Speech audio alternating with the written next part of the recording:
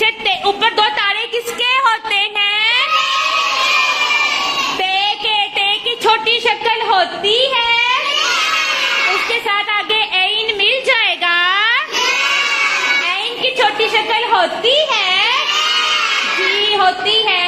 और अब आप मुझे बताओ कि ऐन की छोटी शक्ल होती है, उसके साथ लाम मिल जाएगा, लाम की छोटी शक्ल होती है, यस होती है, उसके साथ काफ मिल जाएगा, यस। तो ये क्या बनेगा? ते ऐन का लाम काफ लुक। शाबाश, पढ़ के बताएं क्या बना?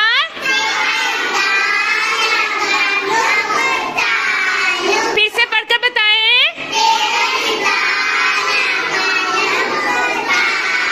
शाबाश, हे की छोटी शक्ल होती है, उसके साथ अलिफ मिल जाएगा, अलिफ की छोटी शक्ल होती है, अलिफ की छोटी शक्ल होती है नो, तो उसके साथ आगे शीन मिल जाएगा या इसके आगे आएगा? आगे आएगा। तो हमने शीन की फैमिली का नाम रखा हुआ है, ये 3 सोशे बनते हैं तो हमने इसको घर कहा हुआ है। तो जिस घर के ऊपर 3 लड्डू होते हैं वो क्या होता है? शीन। लंबी टांग वाला क्या होता है? ओके, शीन की छोटी शक्ल होती है, उसके साथ मीम मिल जाएगा, मीम की छोटी शक्ल होती है, उसके साथ आगे छोटी ये मिल जाएगी। तो कौन बच्चा पढ़ के बताएगा क्या बना? हेलिफ हाशीन, हाश मीम छोटी है, मीम हाशमी, हेलिफ हाशीन, हाश मीम छोटी है, मीम शाबाश।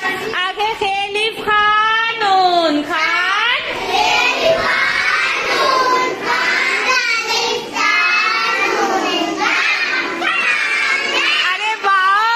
सुपर बेटिंग है। अगला क्या लिखा हुआ है?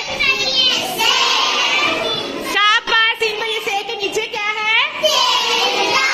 अलिफ था, तो सबसे नीचे ये पिटे की पूरी लाइन लिख दी, क्या लिखा है?